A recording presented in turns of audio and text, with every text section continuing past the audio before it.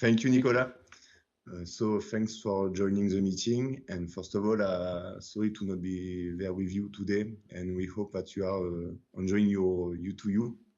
So I am Fabien Chiantia. I work at ST since 2011. I started as a test engineer working on the diagnosis on the memory and the logic.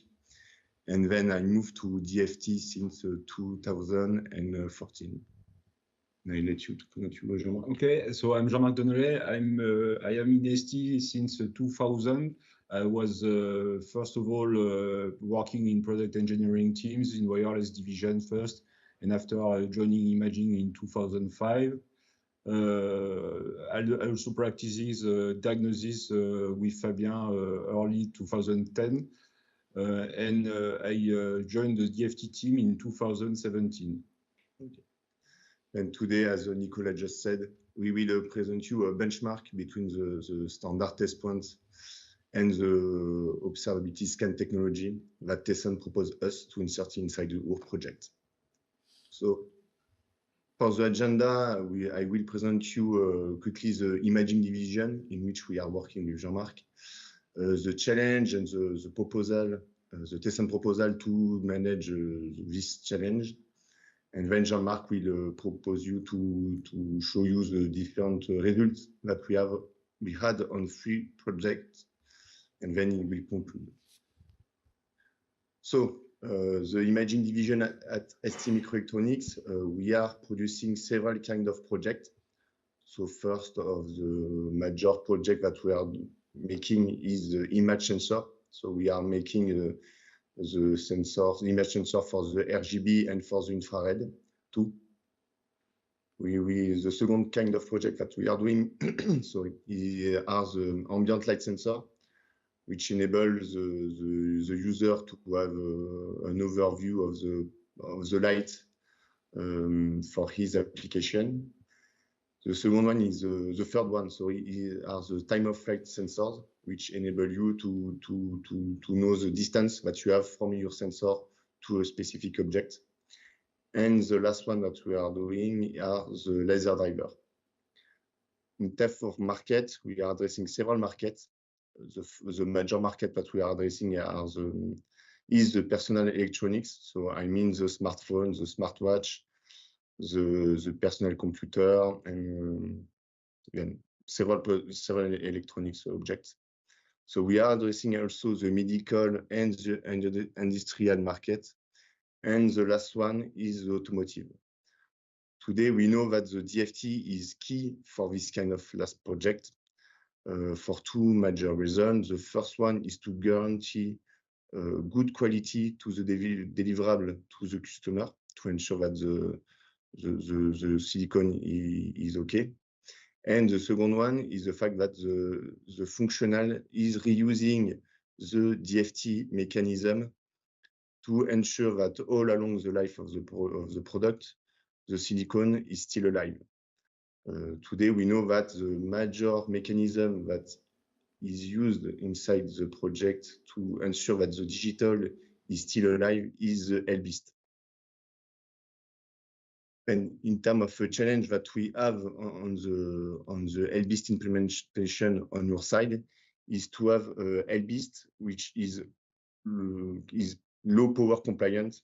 I mean that today we have a strong request coming from our customer to have a low consumption of our project, and we know that today the LBIST is the use case on silicon, which is consuming a lot as several register is toggling during it is executed.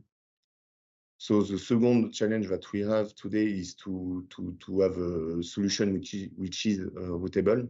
I mean that today we have a strong request from the customer to have a smaller and smaller product, and then we need to put the LBIST solution inside smaller product. So the third one is normal. So we need to be compliant with the automotive request. Today in the division we are working with the ASIL-B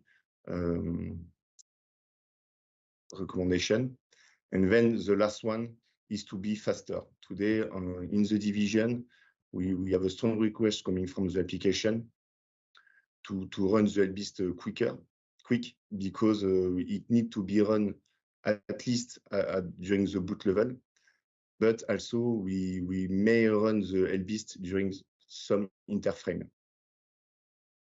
So that's why today Tessent is proposed us to have two solutions to reduce a lot the time for the LBeast.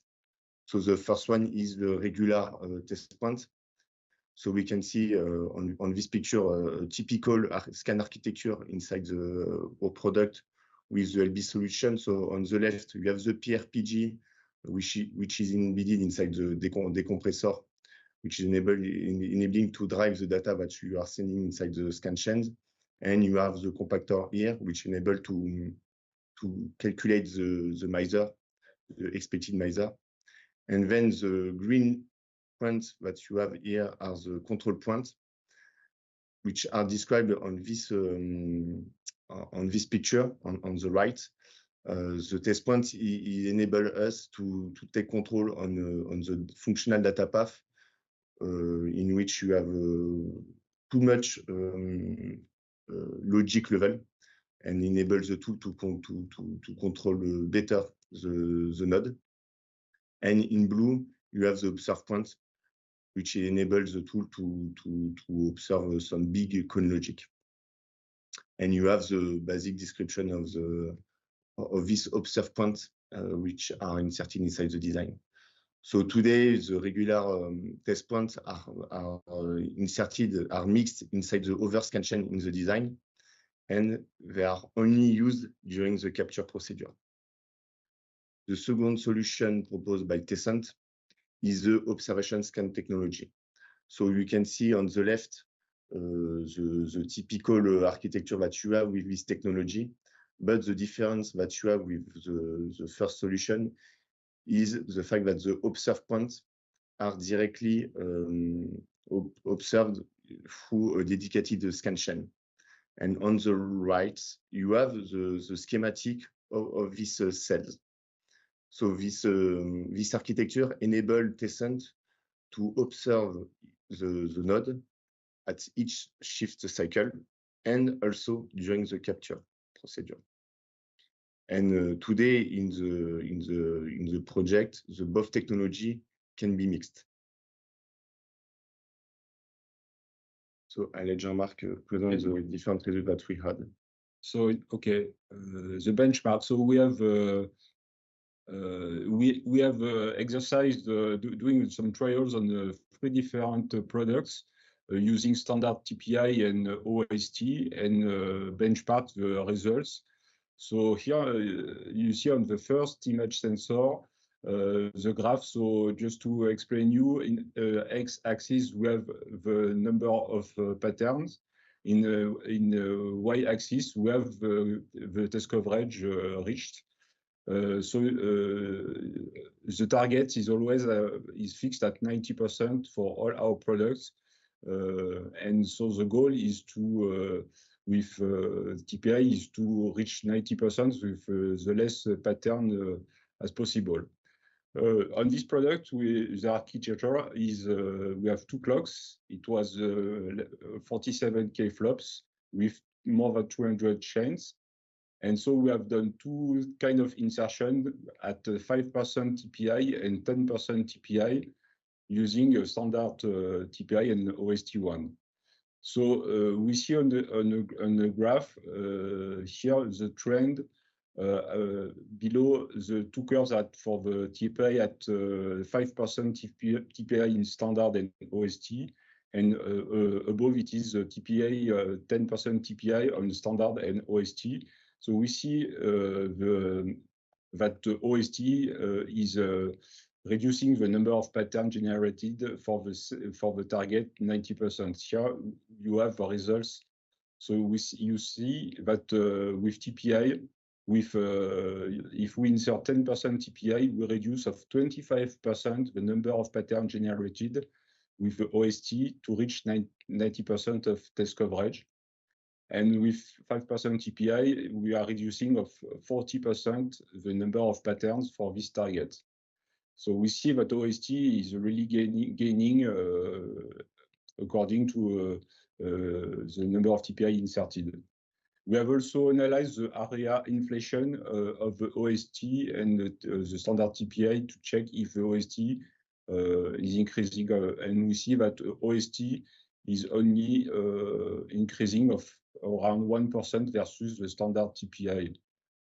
So it is not dramatic at all. So this is for the first image sensor.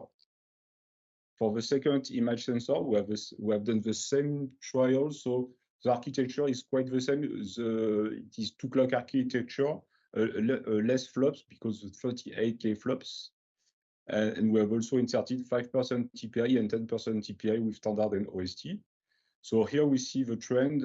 We have reducing of 33% inserting 10% TPI and 22% inserting 5% TPI. And the area also inflation was analyzed, and we are also at 1% increase on OST versus standard TPI flow. So we are on the same trend with this second product.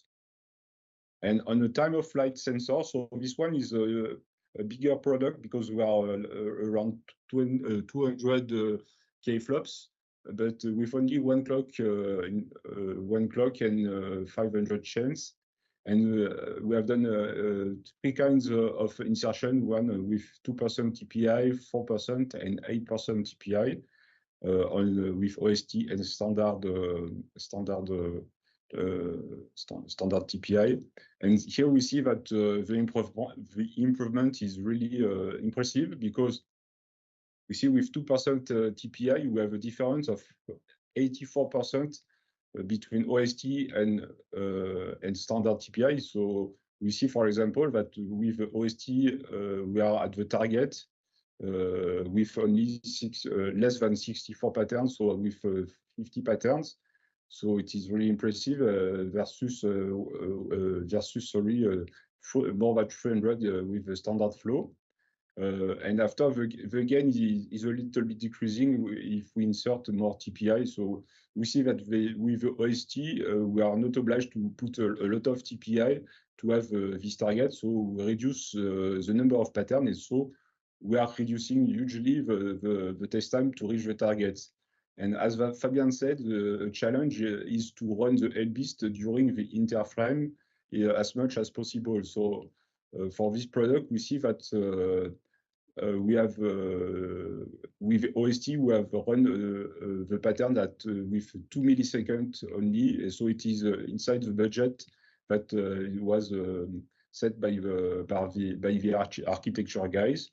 And also we can run the patterns only at 10 megahertz, which is really a low frequency, so which is not consuming a lot, and so respecting the constraint of low power, as Fabian said. So we have also analyzed the area inflation. So here it is only the delta between OST and the standard TPI. So we see +2 or +3% versus between OST and standard flow. So it is not it's a bit higher than the 2 other products, but not impressive at all. So it is really a good trend, especially for this time of flight sensor. So in conclusion, the OST brings a really good improvement in terms of pattern count. So very huge on time of flight sensor, and so the gain is we are not obliged to insert a lot of TPI with OST, so it is reducing the number of TPI and also reducing the number of patterns as mentioned previously. And OST, OST enabled to be less invasive, so to respect the time to run, and as I mentioned, the low power. It is less impressive on image sensor. So we have done some supposition, but we have not proven that. because on the 2 image sensors, we were running 2 clocks, whereas on the time of flight, we have run with only 1 clock. So perhaps it is a possibility that the fact to have only 1 clock is improving the OST capability. We have not, in terms of open points, we have not checked the place en route impact. It was not addressed. And so we need to analyze the clock architecture to check why this clock architecture could impact or not the OST progress. And also we need to check the compression impact of the OST that was not done on this check. So, but for the moment, the benchmark is really good and match with our perspective.